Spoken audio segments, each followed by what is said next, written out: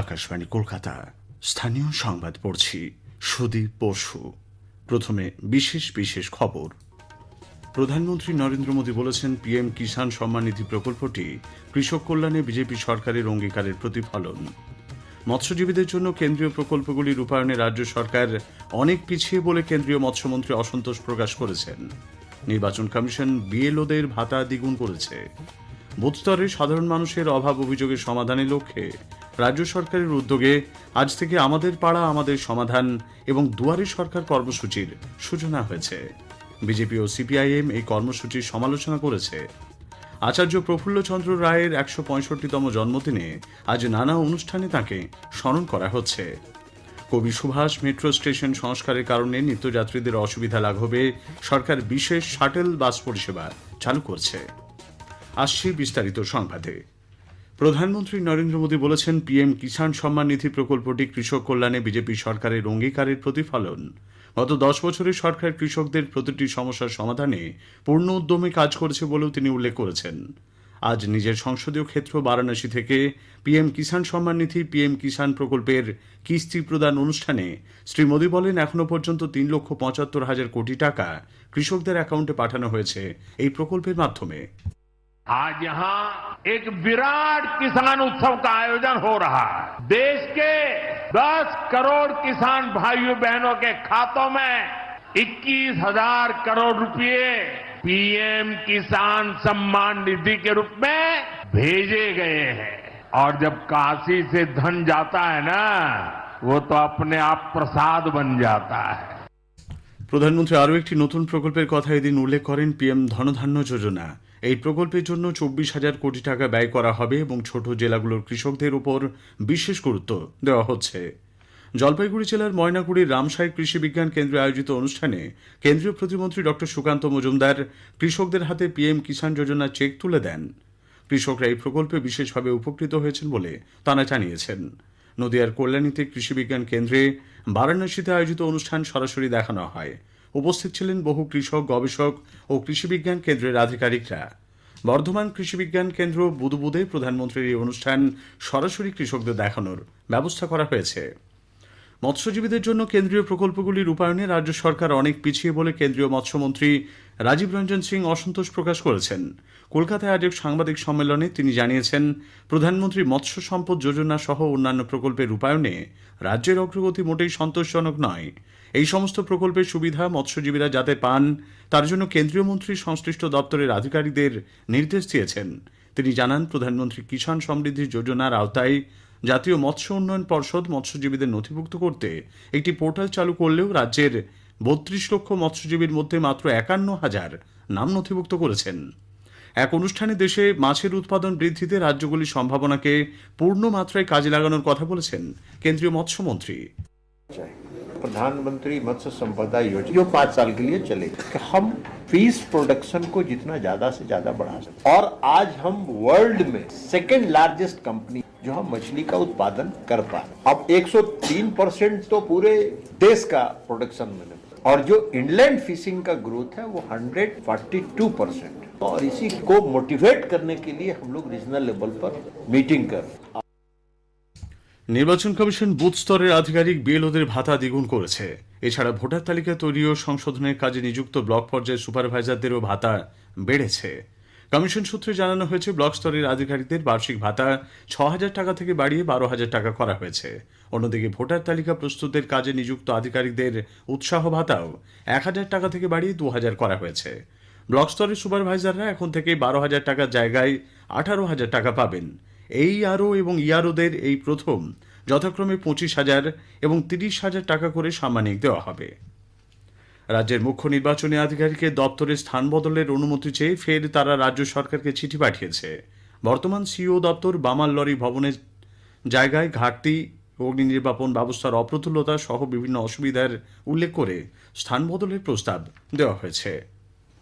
Voter তালিকায় নিবিড় সংশোধনী নির্বাচন কমিশনের সিদ্ধান্ত কেন্দ্রীয় সরকারের নয় বলে কেন্দ্রীয় মৎস্যমন্ত্রী রাজীব রঞ্জন সিং জানিয়েছেন।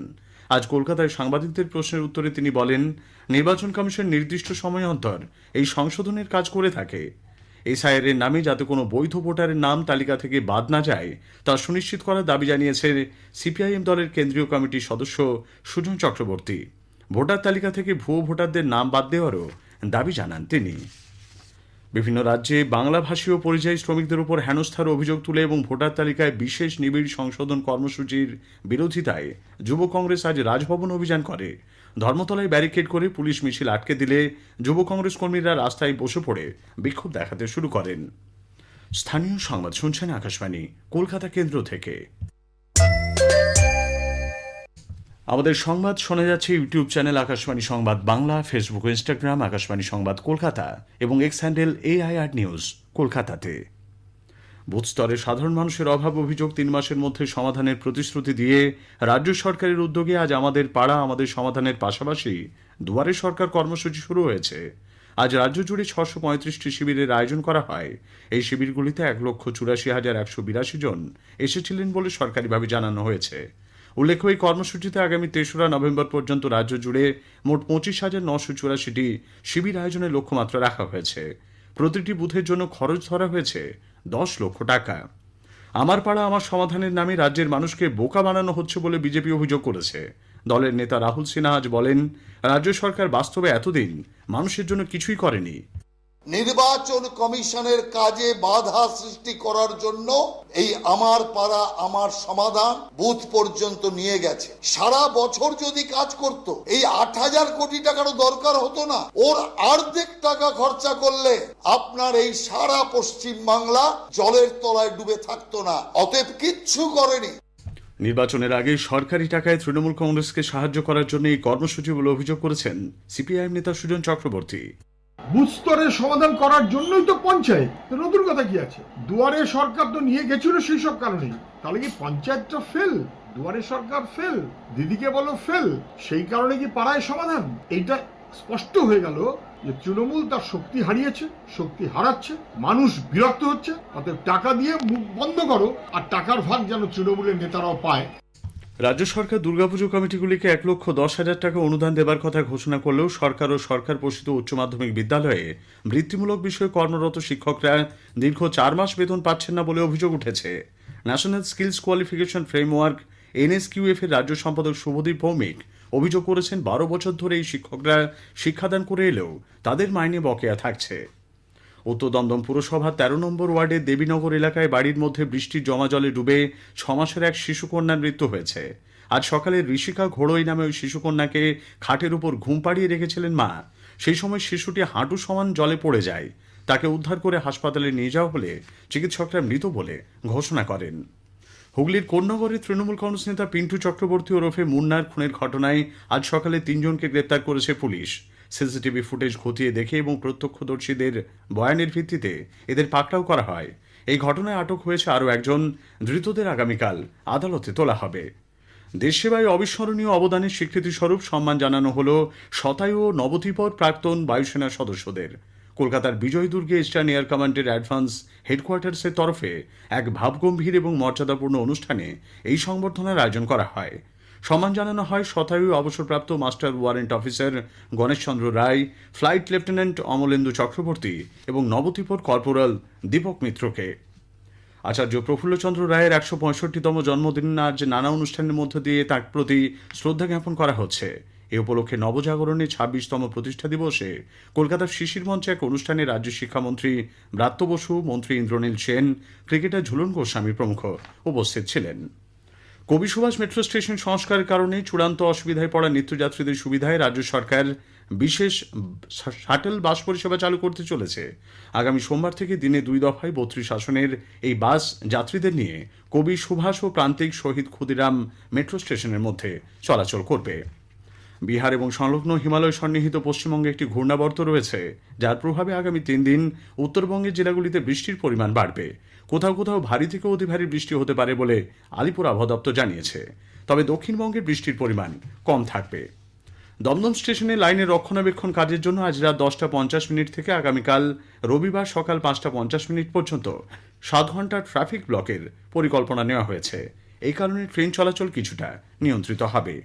শেষ করার আগে স্থানীয় সংবাদের বিশেষ কিছু অংশ আরও একবার। প্রধানমন্ত্রী নরেন্দ্র মোদী বলেছেন পিএম কিষাণ সম্মান নিধি প্রকল্পটি কৃষক কল্যাণে বিজেপি সরকারের অঙ্গীকারের প্রতিফলন। নির্বাচন কমিশন বিএলওদের ভাতা দ্বিগুণ করেছে। আচার্য প্রফুল্লচন্দ্র রায়ের ১৬৫তম জন্মদিনে আজ নানা অনুষ্ঠানের মধ্যে দিয়ে তার প্রতি শ্রদ্ধা জ্ঞাপন করা হচ্ছে। স্থানীয় সংবাদ শেষ।